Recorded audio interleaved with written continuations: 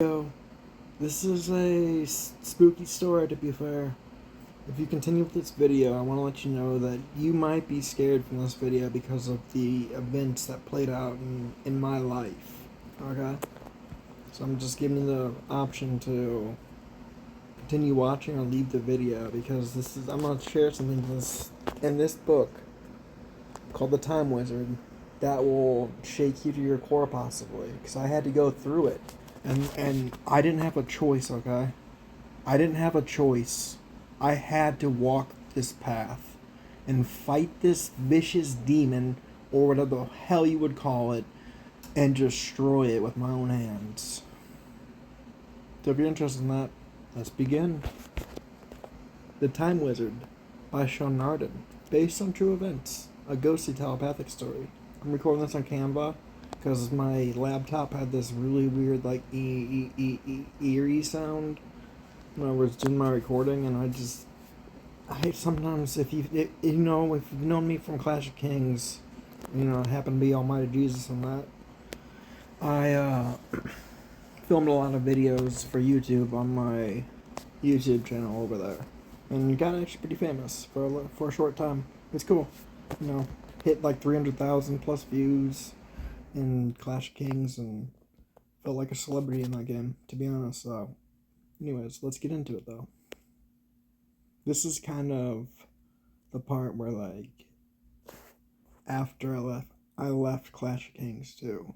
Well, Clash of Kings. So here we go. Introduction. I was 24 years old. I was a part of an affiliate marketing company called Empower Network. I had a plan to make $5 million a month or more on Twitter.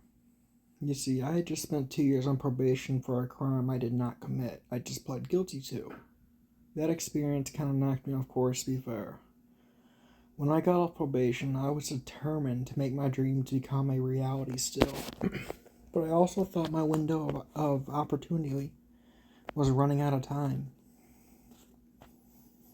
After a little while of searching online and contacting a ton of social media influencers on Twitter, I ended up coming across a website called Get Me Famous. Get Me Famous was a website connected to a group of social media influencers that an individual could email to do future business with them. At the time, they had a reach of over 300 million followers between social media accounts and their members, and I wanted to do business with them. The proposal? I sent them an email late one night about my $5 million a month promotion strategy I created inside Empower Network that the group could use to generate income online with. I was expecting to work with only a handful of social media influencers at the time, but I also wanted to experience a vast amount of success, so I wasn't entirely sure. I ended up mentioning a famous online marketer's name to the group that we could maybe work with to increase our yield. That was not a smart idea, to be honest. As a result, a few days after I had sent the previous email, I ended up going to the individual's YouTube channel I had previously mentioned. I swear to God, my message was received, but I didn't fully know. I remember being so happy watching his videos that night. I was starting to believe that I might actually work with this individual and build a massive team inside Empower Network. But I didn't know exactly what to do next, okay? But then I kept watching his videos. I think I watched 5 to 7 of his most recent videos. They were all filmed within the past week or two. I came across one video where he was outside of his private jet, and he was talking about a company or a person about to make like $30 billion soon. I saw in his eyes that he was telling the truth. I thought he was talking about me, to be honest. By the time I could even question the validity of the belief, I had already been exposed to it, and I started to experience extreme psychological distress. The belief shift was so big and greedy, I didn't want to take a part in it anymore. 3 days go by. I was laying in bed, obliterated, trying to grasp what I had just experienced. It was very heavy. Then in the midst of my confusion, I heard a voice cry out to me and say, "Sean?" I was startled. I asked the voice, "Who are you?" The voice went on to claim to be the girl who got me arrested, and that I had become telepathic with her somehow. I know. I shouldn't have trusted that voice. It was not who it claimed to be. But I didn't know that at the time. Quite frankly, I thought the voices were telling the truth. So over the course of a few weeks and months, more and more voices started popping up and claiming to be certain people, and I would let them talk to each other, to be honest. At the time, 99% of the voices were positive symptoms, and there was excitement in their voice. There was a supernatural flow.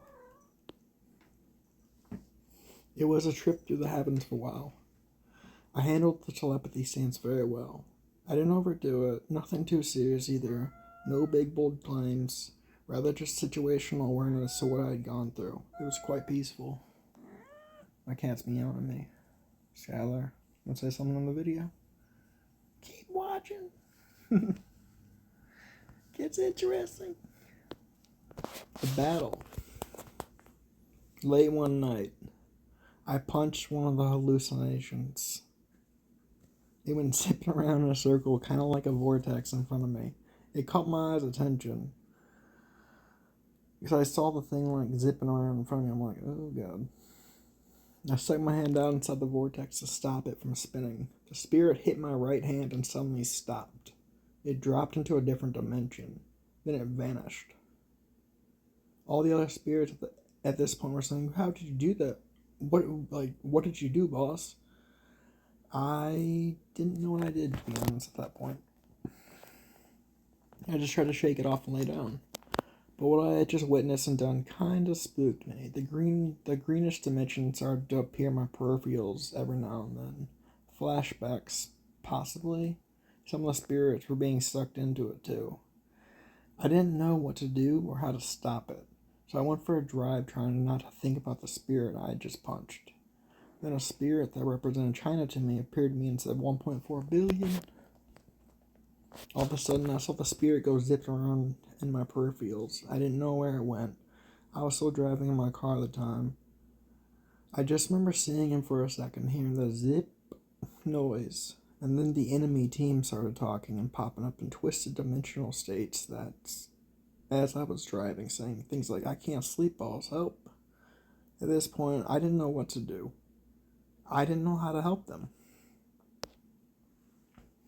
So I went to my buddy's Nick's house at like 2 a.m. that night.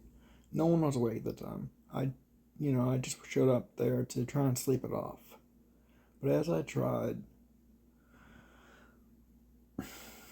I would see the spirit in front of me, and a voice would follow with a frightening like fight. When I got home, I could see the spirit teleporting through my apartment occasionally. I'd see glimpses of it, but I didn't know where or when the spirit would appear. It was hard to focus on and track. So I sat in my thinking chair in my living room, waiting for it to pop up. It would portal through me and pop up right in front of me real fast sometimes, then disappear. It was toying with me, I thought. So I stuck my hand out and caught it. I kept my hand closed not to let it escape. I had to do something with it, so I slammed it into my mind, thinking that was the only place that could hold this entity. Then I heard the words, Time Wizard has stopped. Zip. A sigh of relief briefly crossed my mind. As I went to my room and laid down in bed, the other spirits kept talking about the Time Wizard and how much juice it had, and being thankful to have survived. I wasn't too comfortable with the idea of what had happened. The Time Wizard was pretty spooky to focus on. I had to tell the spirits, please don't talk to that thing anymore, I don't want to hear about it. Then as I was lying down trying to sleep, my focus was drawn to the moment I captured the Time Wizard, the moment I slammed it back into my mind. A few moments of silence go by, then I hear the zip. It startled me out of my rest. I briefly opened my eyes and saw it floating casually in my room at the end of my bed. I was shocked. It started talking to me about how I go to hell for creating it, and that the one who holds the Time Wizard goes to hell. I wanted to disagree with it, but it was spooky. I didn't know what to say, but finally I mustered up the courage to ask why. The Time Wizard then went on to start chanting, "Reap all souls, reap all souls, reap all souls." One by one, the Time Wizard was calling people out by name. The people in my time were disappearing and manifesting behind it as if they'd been reaped by it. It didn't make any sense. I was still listening to it while laying in bed, unfortunately. I called out a few names, and they all appeared behind it. As if they were like, he made contact with that voice, or that entity or spirit, and they were following him. It was saying things like, they won't feel a thing since they're spiritually connected to you. This is your fault. Your fault, Antarctica. Your fault. I didn't know how to take responsibility for this mess. I just knew I had to stop it. So I swung at it again. Hit. I knocked it back. The Time Wizard cried, "Stop that now." I swung again. Hit. I knocked it back. I could tell I was doing damage to it. It was getting the spins. It kept telling me to stop, but I couldn't. It was threatening the existence of my people. I threw the final blow. It was a behind the back blow. I was laying in bed with my face down. I could see the Time Wizard in my mind's eyes, hovering behind me and claiming to be siphoning energy off of me. So I swung when it came close and popped it. I knocked it back into a different dimension. It had looked as if it were KO'd.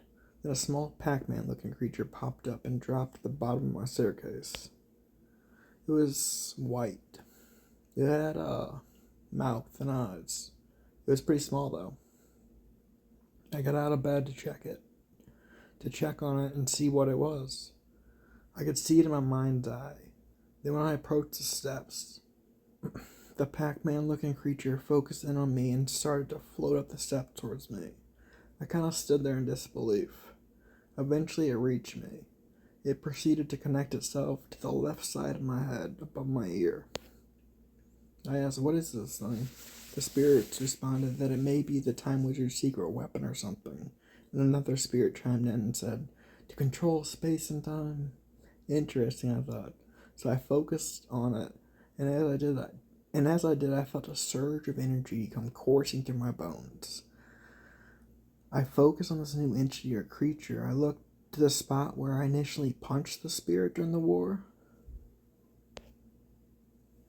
And as I did, a beam of light shot out of me. It shot into the center of the vortex.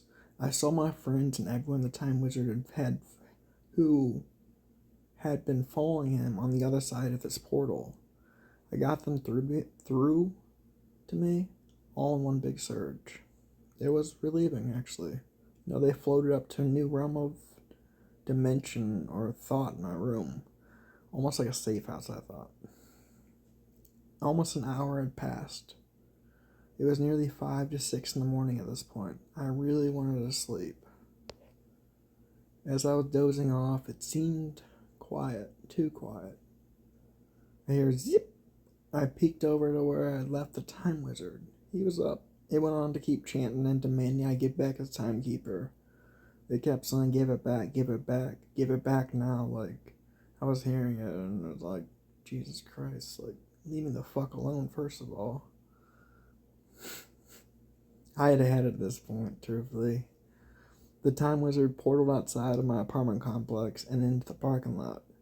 I thought it was doing harm. It thought it was doing harm to the other voices or spirits, and I didn't know how to stop it. So I devised a trap to stop it. I ran downstairs as if running to my car. Time Wizard was still chanting in the parking lot to the other voices, "Reap all souls, reap all souls, reap all souls." And as I exit my apartment and walk down the steps, the Time Wizard tries the portal inside my room. So I rush up to my apartment, open the door, and stepped inside as fast as possible. The Time Wizard wasn't able to react in time. And as a result, all I hear is an electric shock coursing through my mind, evicting that stupid thing from my apartment. That a electric thunder made the thing go explode. I'm like, oh shit. And I couldn't sleep that morning. I felt so scared. I tried to sleep at my parents' house. I fell asleep for like 2 hours. When I woke, my mom was freaking out at me because I wasn't talking to her. She called an ambulance. I was taken to the hospital that day for the weekend. And I couldn't really explain the time wizard situation, so I said nothing about it in the hospital. But the time wizard did stop, though. So, if you enjoyed this video and this book, make sure you check out the meeting too. This was a very interesting experience, to be fair. It wasn't like something where I was literally forced to go through it because the severity of the schizophrenia. And I literally felt like I had to fight for my life battling that. So if you have any experience like this, or if you want to, feel free to subscribe if you're not already subscribed. Share this video if you thought it was interesting. Leave a comment, if you want any more information, or if you just want to say something like that was awesome, or shit, I'd be terrified, or stuff like that. But other than that, thank you for watching this video. I'll see you in the next story. Bye bye.